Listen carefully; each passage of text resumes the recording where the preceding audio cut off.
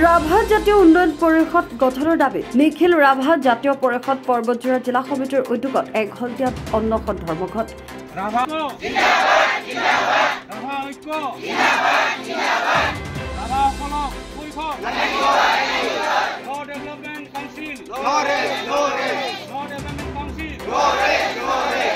ৰাভা জাতীয় উন্নয়ন পৰিষদ গঠনৰ দাবীত পৰ্বতজোৰা মহকুমাধিপতি কাৰ্যালয়ৰ সন্মুখত বিভিন্ন শ্লোগানেৰে উত্তাল কৰি তোলে প্ৰতিবাদকাৰীয়ে বৰ্তমানৰ শাসনাধীন বিজেপি চৰকাৰখনে ৰাভা জনগোষ্ঠীক প্ৰতাৰণা কৰি আহিছে বুলি দাবী কৰে নিখিল ৰাভা জাতীয় পৰিষদে প্ৰতিবাদকাৰীৰ অভিযোগ নিৰ্বাচনৰ সময়ত বিটিআৰ প্ৰধান প্ৰমোদ বৰুৱে ৰাভা জনগোষ্ঠীক বিভিন্ন প্ৰতিশ্ৰুতি দিছিল যদিও আজিলৈকে কোনো এটাও দাবী বিটিআৰ চৰকাৰে পূৰ্ণ কৰা নাই এই দাবীসমূহ পূৰ্ণ নকৰাত ৰাভা জনগোষ্ঠীৰ শ শ পুৰুষ মহিলা ওলাই আহি পৰ্বতজোৰা মহকুমাধিপতি কাৰ্যালয়ৰ সন্মুখত অন্নখন ধৰ্মঘট কাৰ্যসূচীৰ জৰিয়তে বিভিন্ন শ্লোগানেৰে আকাশ বঁটা উত্তাল কৰি তোলে প্ৰতিবাদকাৰীসকলে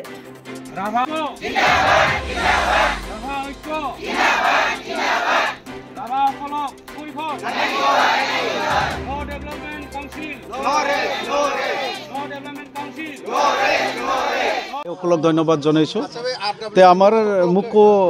দাবি হল আমার উন্নয়ন পরিষদ লাগে মাটিবাড়ির আমার যিখিনি আমার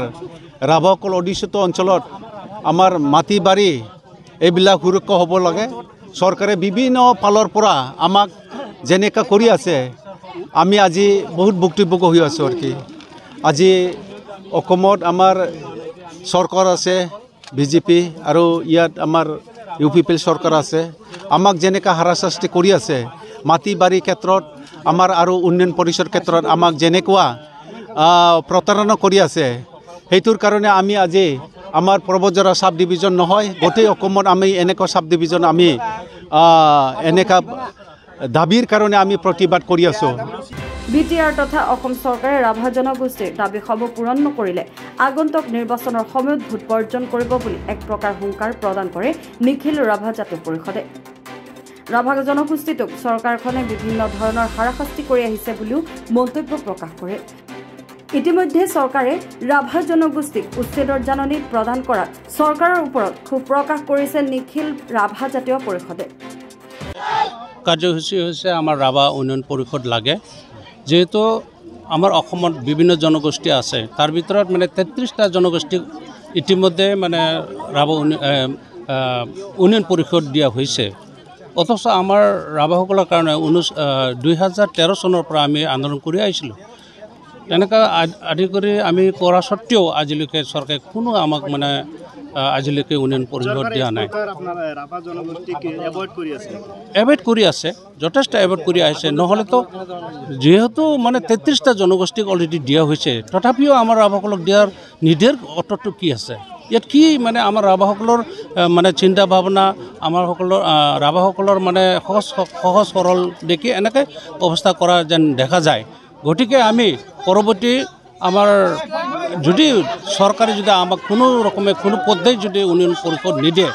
আৰু আমাৰ জ্বলন্ত আন্দোলন কৰাৰ আমাৰ সিদ্ধান্ত আছে যেহেতু চৰকাৰৰ কাৰ্যকাল পাৰ হোৱাৰ সময় হৈ গ'ল তাৰপিছত আপোনালোকৰ দাবী পূৰণ কৰা নাই কি ক'ব এই সম্পৰ্কে আমি যথেষ্ট আৱেগিক যথেষ্ট আমাৰ মানে দুখ লগা কথা কিয়নো মই বাৰ বাৰ কৈ আছোঁ ৩৩টা জনগোষ্ঠীক দিয়া স্বত্তে কিয় দিয়া নাই কিয় আমাৰ মানে ৰাভাসকলক কিয় মানে এনেকুৱা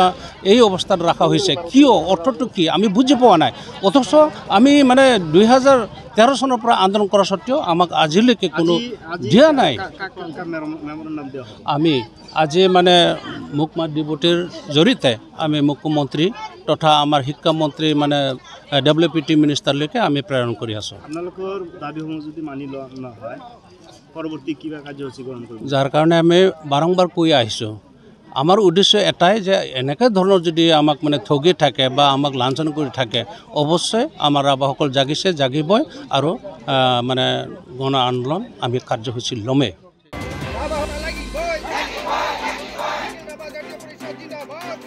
পৰ্বতজোৰাৰ পৰা নুৰ ইছলাম শেখৰ ৰিপৰ্ট ৰিপাব্লিক নিউজ